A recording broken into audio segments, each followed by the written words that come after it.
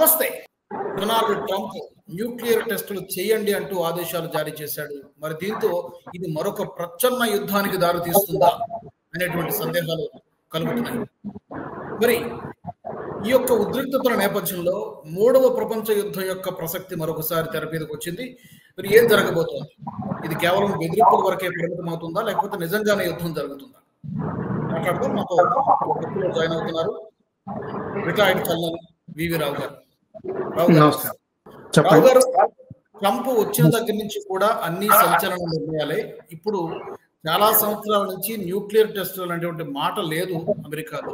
ఇప్పుడు Donald Trump nuclear టెస్టులు చేయండి అంటున్నాడు.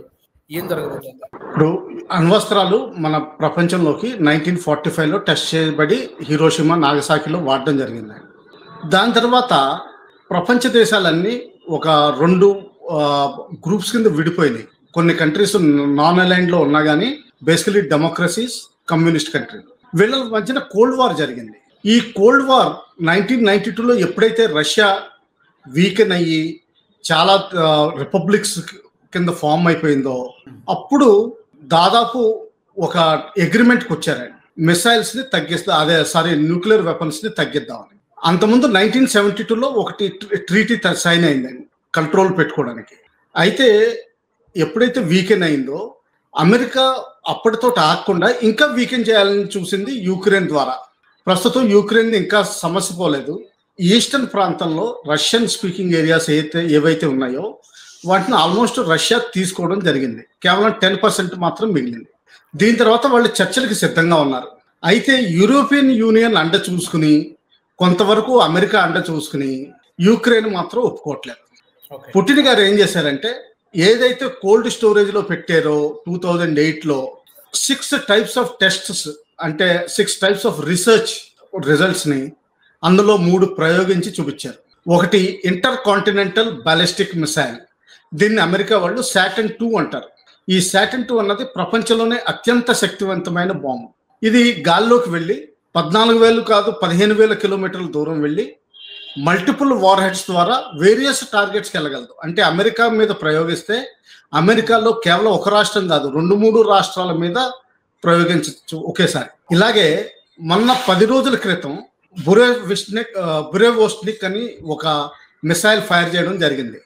అది దాదాపు 14,000 కిలోమీటర్లు ప్రయాణించి సబ్సానిక్ స్పీడ్లో క్రూయిజ్ మిసైల్ లాగా, అంటే కేవలం బాలిస్టిక్ మిసైల్ లా కాకుండా భూమికి 25 to 125 మీటర్స్ ఎత్తులో ఎగిరి రెడార్స్ అవి పట్టుకునేందుకు వీలు లేకుండా చేసి ప్రయోగించడం జరిగింది.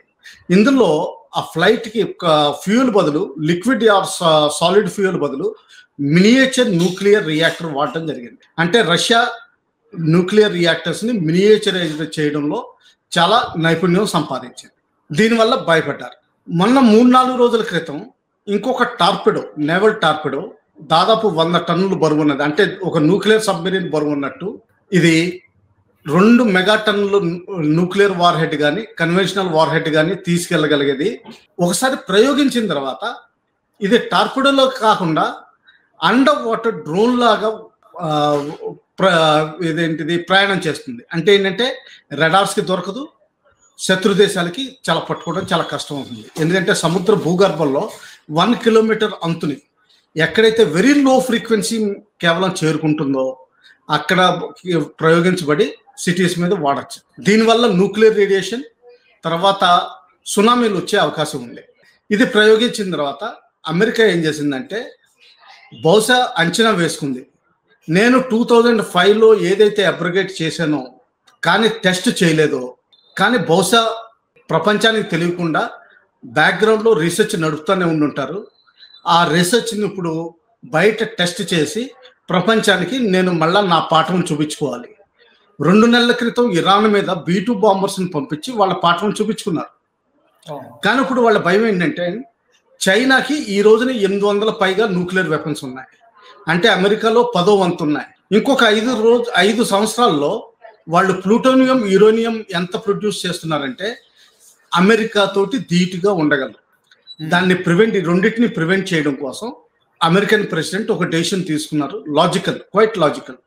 కాకపోతే ఏంటంటే ఆయన ఇప్పుడు వరకు శాంతి అన్న మనిషిగా కనిపించారు.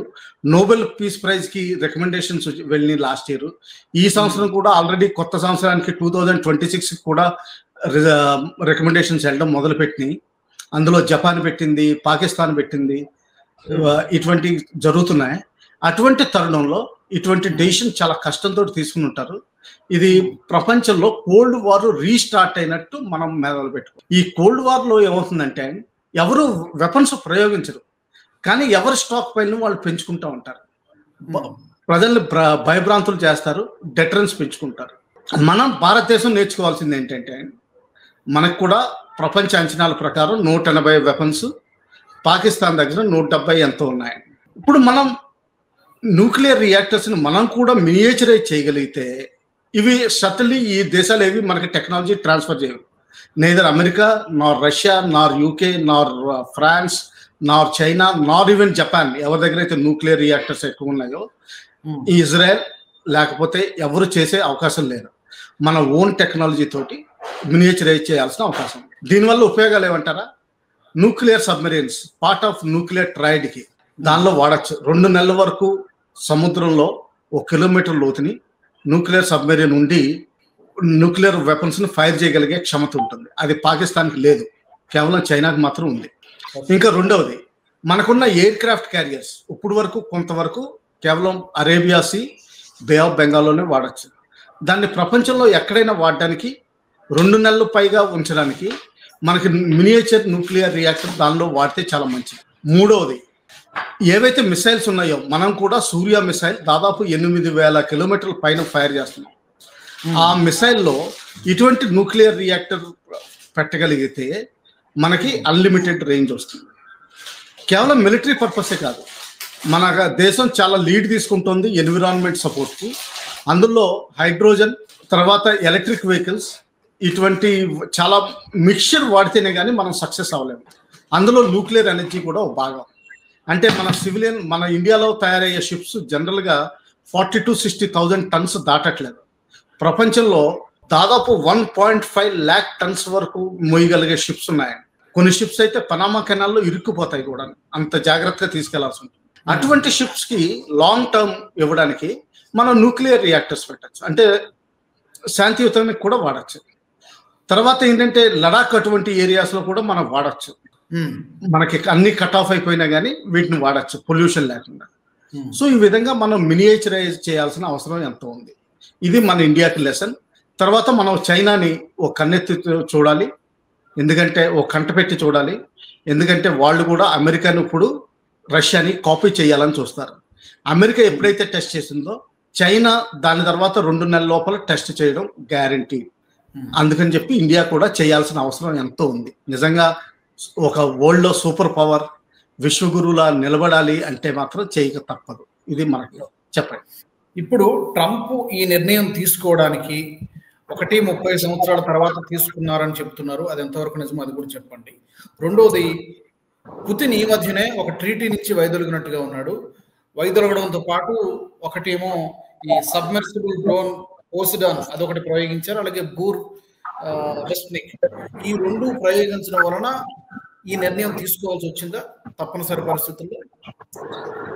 కాదండి, కేవలం రష్యా గురించి కాదు. ఈ 2 మిసైల్స్ ఫైర్ చేయడం వల్ల కేవలం టెక్నాలజీ డెమాన్స్ట్రేటర్ ఇవి ఇంకా యాక్చువల్గా రిఫైన్ చేసి ఇంకా ప్రొడక్షన్ చేసి ఇండక్షన్ చేయాల్సిన దానికి ఇంకొక 2-3 ఏళ్ళ టైం పడుతుంది. ఇమీడియట్గా అమెరికాకి థ్రెట్ లేదు, వాళ్ళకున్న టెక్నాలజీ బాగానే ఉంది లీడర్స్ ఈ రోజుని. వాళ్ళ మెయిన్ థ్రెట్ ఏంటంటే చైనా ఈరోజు 800 వెపన్స్ తోటి వీళ్ళకున్న దాదాపు 10,000 వెపన్స్ తోటి కంపీట్ చేయాలని చూస్తుంది. తర్వాత వాళ్ళ దగ్గర ఉన్న nuclear reactors, number of nuclear reactors, తర్వాత యురేనియం ప్లూటోనియం ప్రొడక్షన్ వాళ్ళకి 5 ఏళ్లలో అమెరికాకి ఈక్వల్ చేయగలదు. అది మెయిన్. ఆ లాంగ్ టర్మ్ లో మనం ఆలోచించాలండి. చెప్పండి. సో కేవలం ఒక రష్యాని ఉద్దేశించి మాత్రమే కాదు, రష్యాతో పాటు చైనా కూడా నెక్స్ట్ ప్లేస్ లో ఉంది కాబట్టి ఇద్దరికి కౌంటర్ ఇవ్వాలంటే మా దగ్గర కూడా ఈ స్థాయిలో వెపన్స్ ఉన్నాయి సుమా అని ఆ 2 దేశాలకి చెప్పేటువంటి ప్రయత్నం కూడా అమెరికా చేస్తుంది. Exactly. At the same time ఈ పరిస్థితుల నేపథ్యంలో భారత్ కూడా టెస్ట్ చేసి నిలుపుకోవాల్సినటువంటి అవసరం ఉందా? లేకపోతే ప్రస్తుతానికి కేవలం వాళ్ళు ఏం చేస్తున్నారో గమనిస్తే సరిపోతుందా? ఎందుకంటే మనది కూడా న్యూక్లియర్ కంట్రీనే. మన పక్కన పాకిస్తాన్ దగ్గర కూడా న్యూక్లియర్ వెపన్స్ ఉన్నాయని చెప్తున్నారు. కాబట్టి అవి టెస్ట్ చేయగలిగేటువంటి కండిషన్ లో ఉన్నాయో తెలియదు. సరే, పాకిస్తాన్ గురించి పక్కన పెడితే మన పరిస్థితి ఏంటి? మనం కూడా టెస్ట్ మనకున్న ఇద్దరు మెయిన్ ఎనిమీస్ లో చైనా ఒకటండి. చైనా ఇన్వేరియబుల్లీ డెవలప్ చేస్తుంది. తర్వాత ఫ్యూచర్ లో నా అంచనా ప్రకారం రష్యా ఆల్రెడీ డౌన్ ఎకనామికల్లీ చాలా వీక్ అయింది. సో సూపర్ పవర్ కింద నిజంగా లెక్క పెట్టలేము. ఎందుకంటే సూపర్ పవర్ అన్నది కేవలం మిలిటరీ పవర్ కాదు, ఎకనామిక్ పవర్ కూడా ఉండాలి. ఇది అమెరికా కొంచెం స్టెబిలైజ్ అయిపోయి కొంచెం డౌన్ స్టేజ్ కి మొదలవుతున్నట్టు అనుమానంగా ఉంది. ఇండియా పెరుగుతోంది అంటే ఏంటంటే ఫ్యూచర్లో చైనా ఇండియా తలపడే అవకాశం ఎక్కువ ఉంది. సో మన చైనాని దృష్టి పెట్టుకుని అమెరికా ఎలా చేస్తుందో మనం కూడా చేయాల్సిన అవసరం చాలా ఉంది. ఇది ఒక rat race, unfortunate rat race. మహాభారతంలో పాండవులకు యుద్ధం చేయాలని లేకపోయినా కానీ వాళ్ళు చేయాల్సి వచ్చింది, మనం కూడా చేయాల్సి వస్తుంది.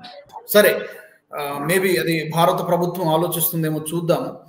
దానికంటే ముందు మీడియాలో వస్తున్నట్టుగా రాబోయే 2-3 నెలల్లోనూ లేకపోతే 3-4 నెలల్లోనూ nuclear war kind of thing ఏమైనా మనం చూసే అంత సాహసం చేస్తుందా అటు రష్యా కానీ లేకపోతే అమెరికా కానీ? కేవలం మా స్ట్రెంత్ ఇది ప్రదర్శన మాత్రమే. ఒకటి ఉందండి, ఇవన్నీ స్పెక్యులేషన్స్. జనరల్గా నేను అనుకోవడం న్యూక్లియర్ వెపన్స్ వాడే అవకాశం లేదు. కోల్డ్ వార్లో రష్యా పవర్లో ఉన్నప్పుడు కూడా, స్టాలిన్ అటువంటి లీడర్స్ ఉన్నప్పుడు కూడా, లేకపోతే క్రుష్చెవ్ లాంటి కొంచెం అన్స్టేబుల్ లీడర్స్ ఉన్నప్పుడు కూడా, ఇటువంటిదప్పుడు కూడా మనకి ఎటువంటి పరిస్థితులు రాలేదు. క్యూబన్ క్రైసిస్లో అవ్వలేదు, ఇంకా వేరే కంట్రీస్లో ఆఫ్ఘనిస్తాన్ దాంట్లో కూడా అవ్వలేదు. అంటే ఏంటంటే జనరల్గా వీటిని డెటరెన్స్ కోసం వాడతారు తప్పితే కానీ ఫిజికల్గా వాడే అవకాశాలు చాలా తక్కువ ఉన్నాయి. అండ్ ఫ్యూచర్లో మెంటల్లీ అన్స్టేబుల్ లీడర్స్ వచ్చి వీటిని వాడకూడదని మనం ఆశిస్తాం. ఇంకా అంతకంటే మనం ఏం చెప్పలేమండి. అమెరికా రష్యా మధ్య న్యూక్లియర్ వార్ జరగబోతోందంటే ప్రస్తుతానికైతే బల ప్రదర్శనకే పరిమితం కావచ్చు.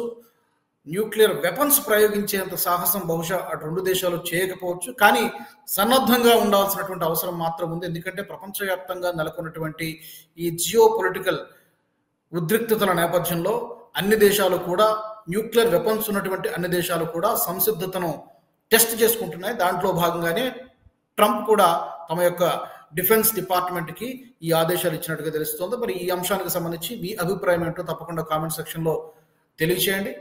మరొక వీడియోలో మళ్ళీ కలుసుకుందాం.